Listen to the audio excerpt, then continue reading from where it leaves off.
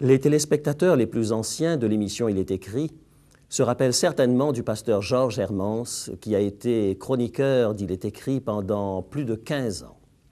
Bien des téléspectateurs nous écrivent ou nous téléphonent pour nous demander de ses nouvelles. Je puis vous dire qu'il va très bien. Bien qu'il ait atteint l'âge de la retraite, il poursuit une vie active de pasteur dans 2 paroisses de la région de Montréal. C'est lui que vous aurez le plaisir d'entendre aujourd'hui. Merci Georges, il m'est agréable de te laisser ce fauteuil que tu as occupé avec tant de compétences pendant de si longues années.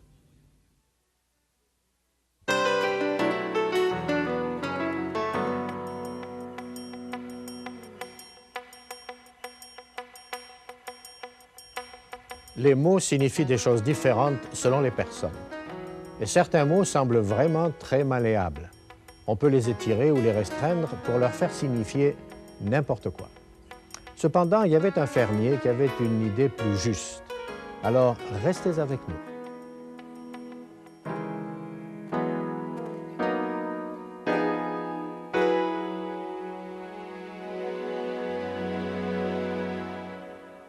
Il est écrit. Je suis Georges Hermance. Il est écrit présente comme réponse à vos besoins les plus profonds, le Christ vivant. Notre sujet aujourd'hui, marqué à jamais. Steve Dickinson raconte l'histoire suivante. Bill avait grandi dans une ferme. Son avenir n'avait jamais posé de questions. Il serait fermier comme son père. Il alla au collège et à l'université où il étudia l'agriculture. Cela lui donna le savoir-faire scientifique.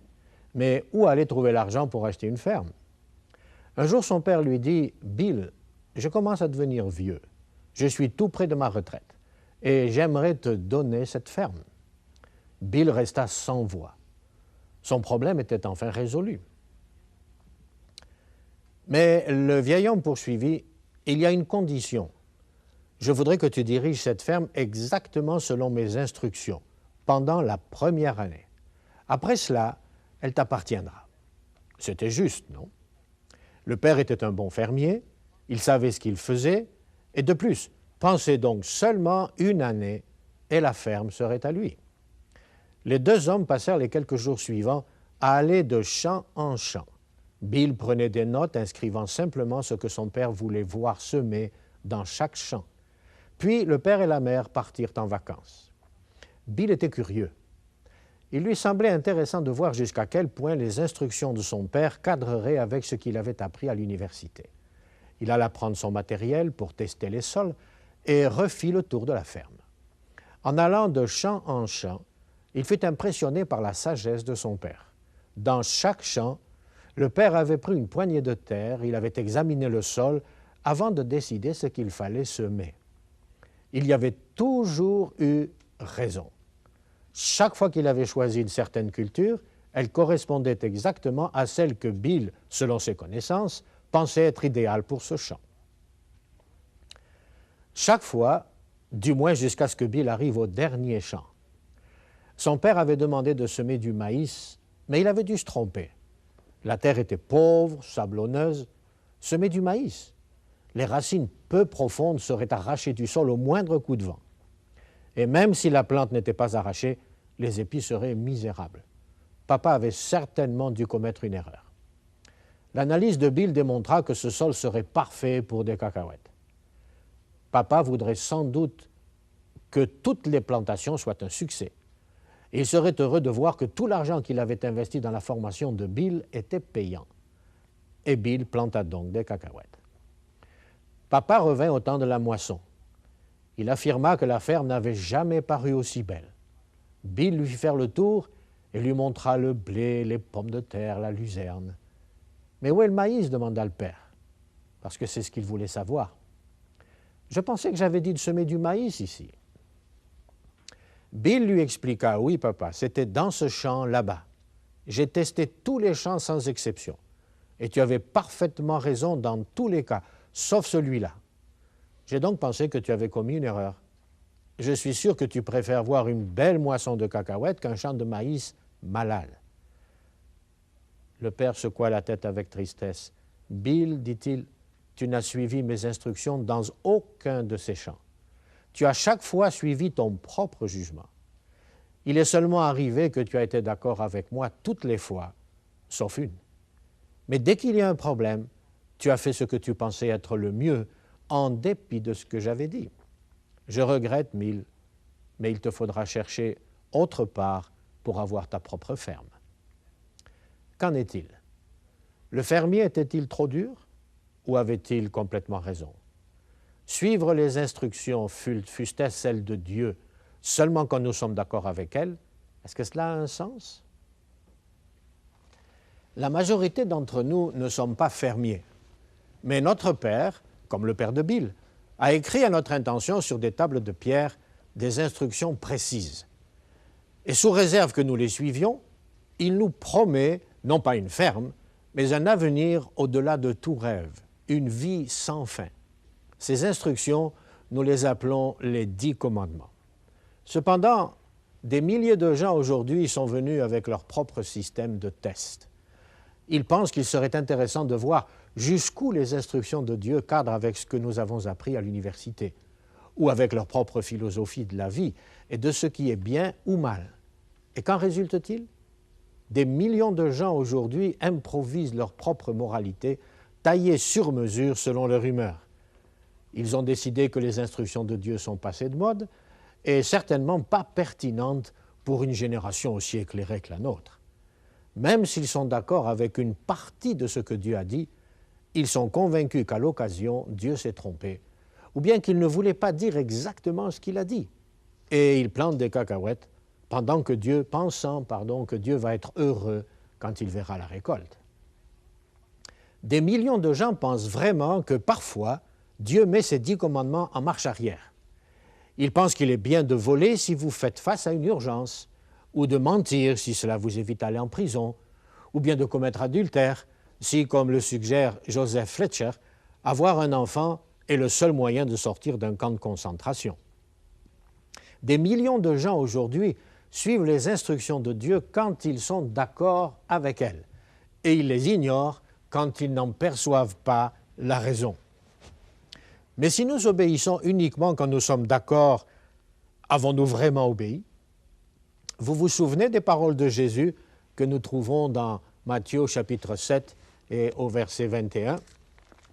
« Ceux qui disent « Seigneur, Seigneur » n'entreront pas tous dans le royaume des cieux, mais celui-là seul qui fait la volonté de mon Père qui est dans les cieux. » Sommes-nous en danger de perdre un avenir extraordinaire comme Bill a perdu sa ferme?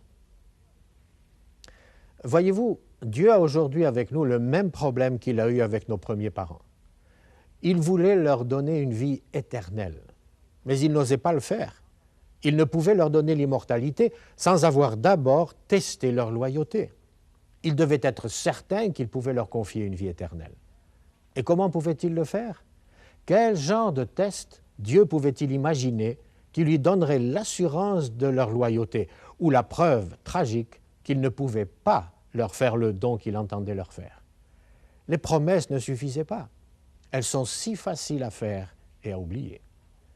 Dieu aurait pu mettre un énorme volcan en éruption au bord du jardin d'Éden, par exemple, et dire à Adam et Ève de ne pas s'y jeter, car la mort serait immédiate. Ils se seraient certainement tenus bien loin de là. Personne dans son bon sens n'irait se jeter dans un chaudron en feu quand sa chaleur, même si l'on se tient à une distance raisonnable, brûle le visage des curieux. Non, Dieu devait trouver un test qui, selon la raison humaine, n'avait pas de sens. L'obéissance doit jaillir de la loyauté seule et de rien d'autre. Permettez-moi une illustration. On raconte l'histoire d'un employé des chemins de fer qui vivait près de la voie ferrée. Ce jour-là, il était de congé. Il travaillait dans son jardin et, levant les yeux, il aperçut son petit garçon de 4 ans et demi qui jouait sur la voie ferrée alors qu'un train arrivait en grondant. Le père n'avait pas le temps de courir arracher son enfant de devant le convoi. Il cria, mais le petit Johnny n'entendait pas. Il hurla de toutes ses forces parce qu'il n'avait plus le temps de faire quoi que ce soit d'autre. « Johnny, couche-toi et ne bouge pas. » Johnny obéit instantanément. sans même regarder dans la direction de son père. Et le train passa en rugissant au-dessus de l'enfant inerte. Après que le dernier wagon soit passé, le père ramassa l'enfant dont le petit cœur battait furieusement, mais il était sauvé. Il n'y avait rien dans la courte expérience de Johnny, ces quelques petites années, qui lui permettaient de comprendre l'ordre surprenant de son père. Mais il ne l'a pas mis en question. Il n'a pas demandé pourquoi. Il n'a pas remis à plus tard.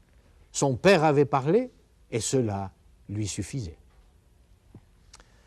De même, dans la vie d'Adam et Ève, il n'y avait rien qui leur permette de comprendre l'ordre bizarre de Dieu.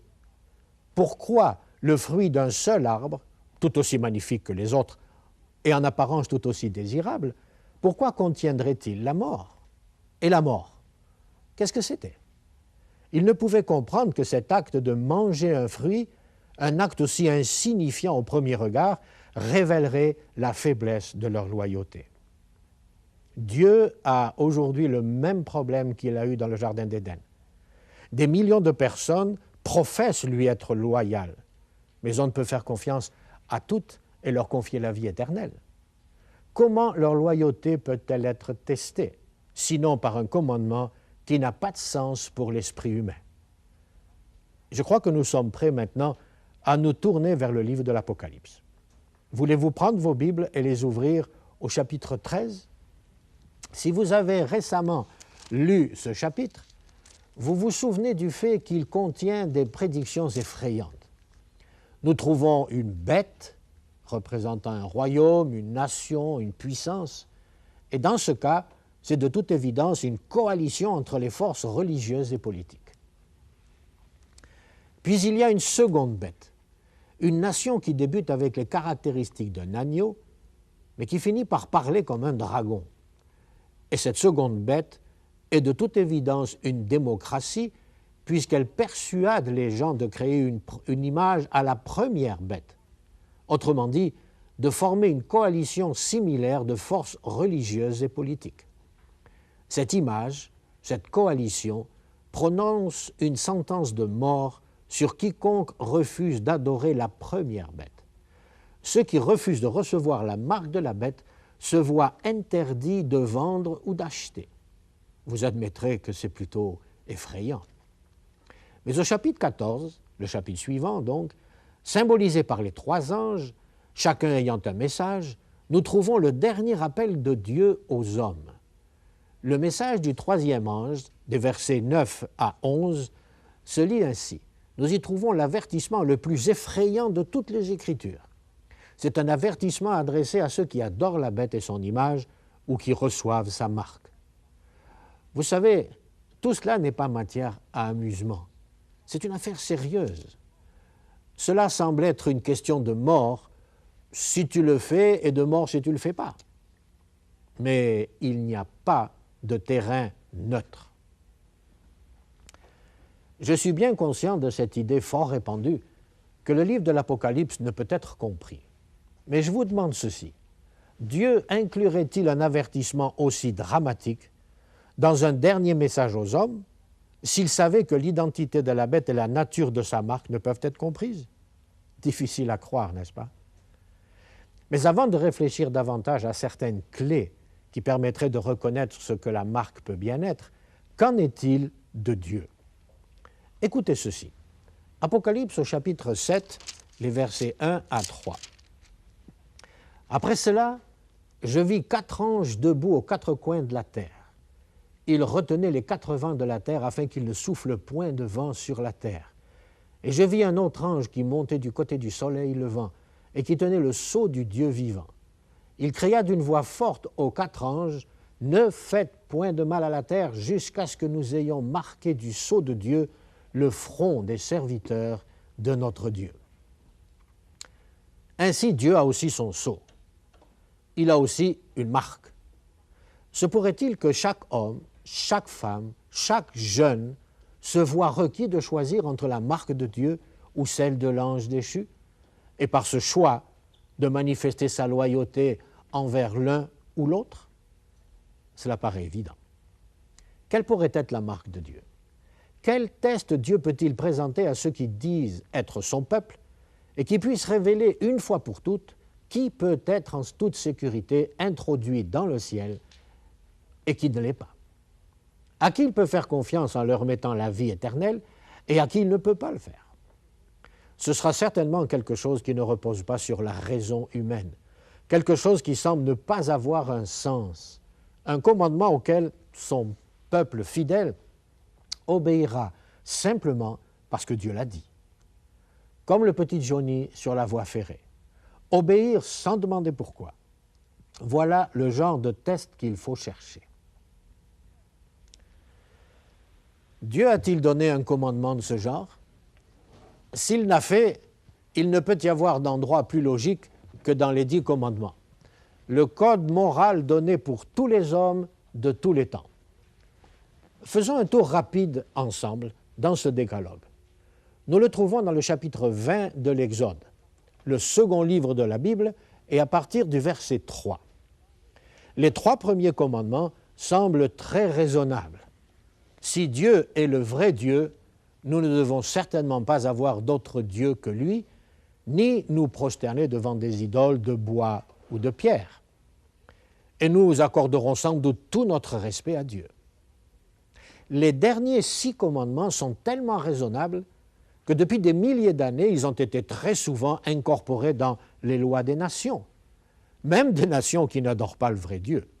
Tu ne tueras pas, tu ne voleras pas, etc., etc. Mais un commandement, le 4e, celui-là est différent. Il ne cadre pas avec les raisonnements humains. Il ne semble pas y avoir de principe moral d'impliqué. Et il paraît arbitraire. Ce commandement ne créerait pas tant de soucis s'il se contentait de demander qu'1 jour sur 7 soit réservé au repos.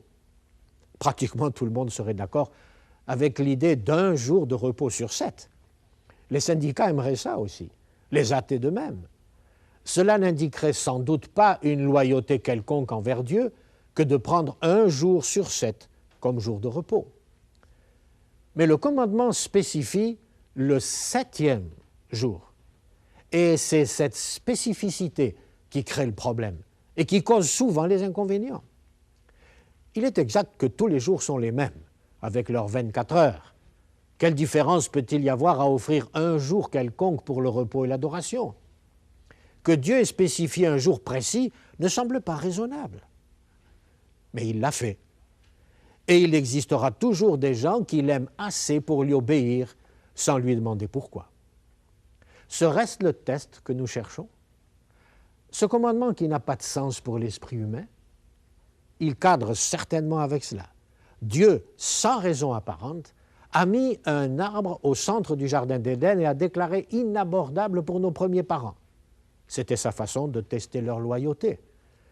Se pourrait-il que Dieu ait placé au centre de sa loi un commandement qui ne cadre pas facilement avec la raison humaine et que dans ces derniers temps, il l'utilise pour mesurer la loyauté de chaque homme, de chaque femme, de chaque enfant qui font profession de l'adorer?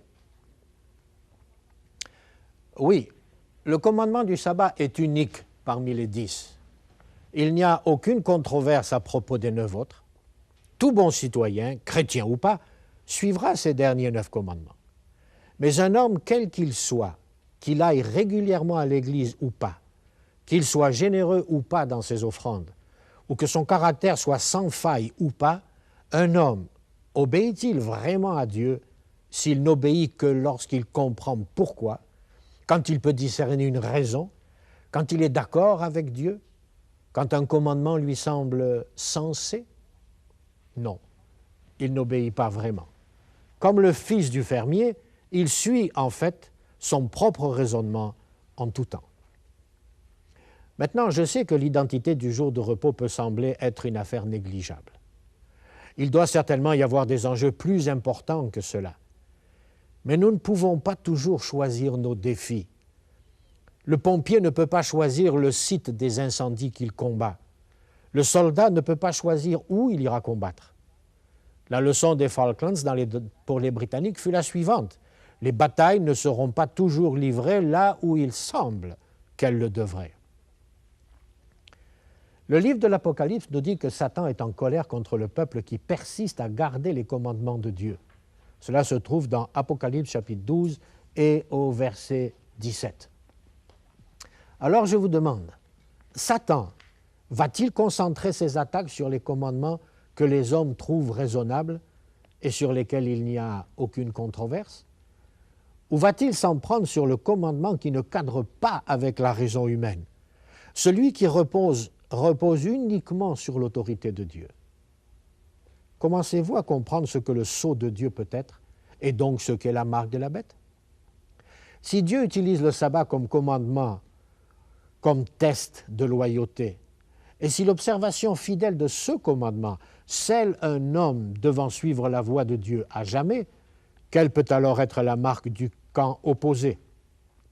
Un sabbat substitut introduit dans l'Église chrétienne au cours du Moyen Âge, alors que les Écritures n'étaient pas disponibles pour le peuple. Un jour de repos reposant non pas sur l'autorité divine, mais sur une autorité humaine. Y aurait-il quelque chose de plus logique?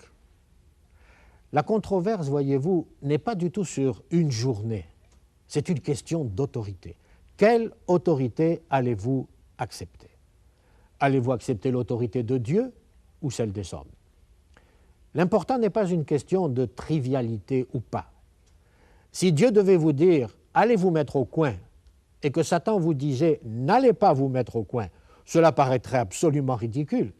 Mais l'ordre auquel vous obéirez, lui, fera une immense différence parce qu'il indiquera auquel des deux chefs vous avez accordé votre loyauté. Personne ne porte la marque de la bête aujourd'hui. Dieu ne permettra pas que quiconque reçoive cette marque avant que les enjeux aient été clairement indiqués à tous et qu'ils savent ce qu'ils font. Mais quand l'enjeu sera bien compris et que chaque individu saura exactement la nature finale et critique de la décision qu'il va prendre, alors, s'il choisit délibérément d'obéir à un commandement humain plutôt qu'à celui de Dieu, s'il plie devant la coercition et choisit la voie de la facilité quand la route devient difficile, il se sera marqué lui-même par sa propre action comme n'étant plus un serviteur loyal de son Dieu. La marque sera inscrite sur son front s'il croit à la propagande de Satan, sur sa main s'il sait que c'est faux, mais qu'il le suit quand même parce qu'il ne peut accepter la pression et le ridicule de la foule. La marque sera invisible aux hommes, mais les anges la verront, et ils sauront où va sa loyauté. Qu'en est-il de la marque de Dieu? Même maintenant, notre attitude envers les commandements de Dieu peut décider de notre destin éternel. Mais en ce moment, elle n'est pas encore devenue le test absolu de notre loyauté, ce test qu'elle sera dans les jours à venir. Il y a encore beaucoup trop de gens extérieurement fidèles aux commandements de Dieu, y compris le sabbat, dont l'engagement ne compte que pour les jours de beau temps. Quand les prédictions d'Apocalypse 13 deviendront une réalité, quand obéir à Dieu ne sera plus un avantage, ceux qui tiennent superficiellement lâcheront tout. Ceux qui gardent la foi, même quand c'est une question de vie ou de mort, en donnent à Dieu la preuve qu'ils sont dignes de sa confiance et qu'il peut leur confier la vie éternelle. La marque de Dieu sera sur leur front. La marque de Dieu n'est jamais apposée sur la main, car Dieu n'accepte que l'adoration qui vient du cœur et de l'esprit. Satan, au contraire, ne se soucie pas d'où vient l'adoration. S'il ne peut l'obtenir par un libre choix, il l'acceptera avec joie si elle vient de la force. La marque de Dieu est la marque de Satan. D'une part, un commandement qui repose uniquement sur l'autorité de Dieu.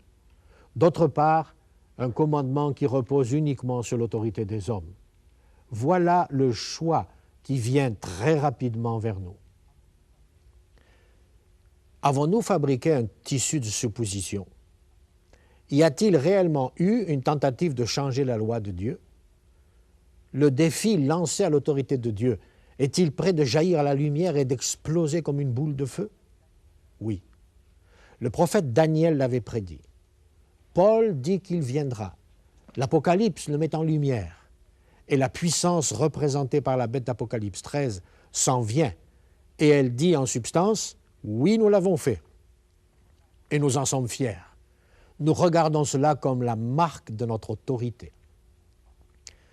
Au cours de cette demi-heure, nous n'avons pu que écrémer ce sujet vital. Tant d'autres choses pourraient être dites. Une chose est certaine, nous avançons rapidement vers ce jour du choix final.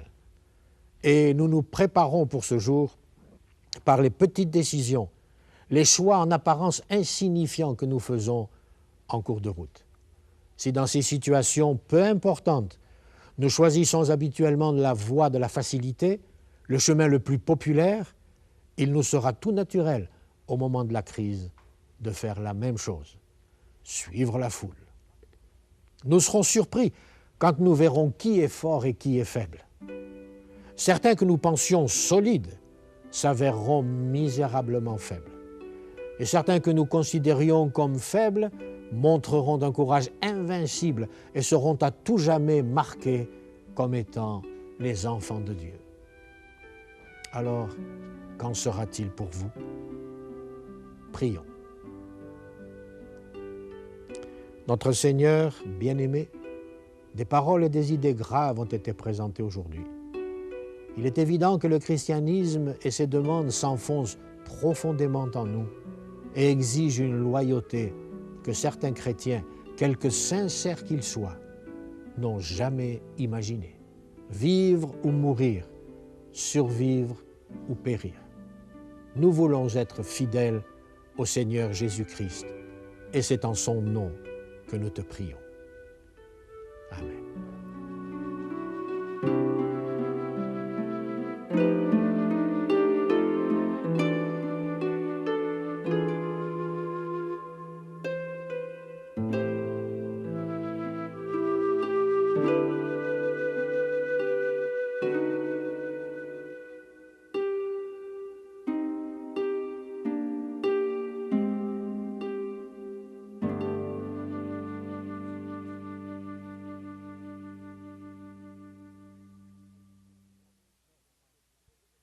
Mes amis, le moment est venu de vous quitter pour cette semaine.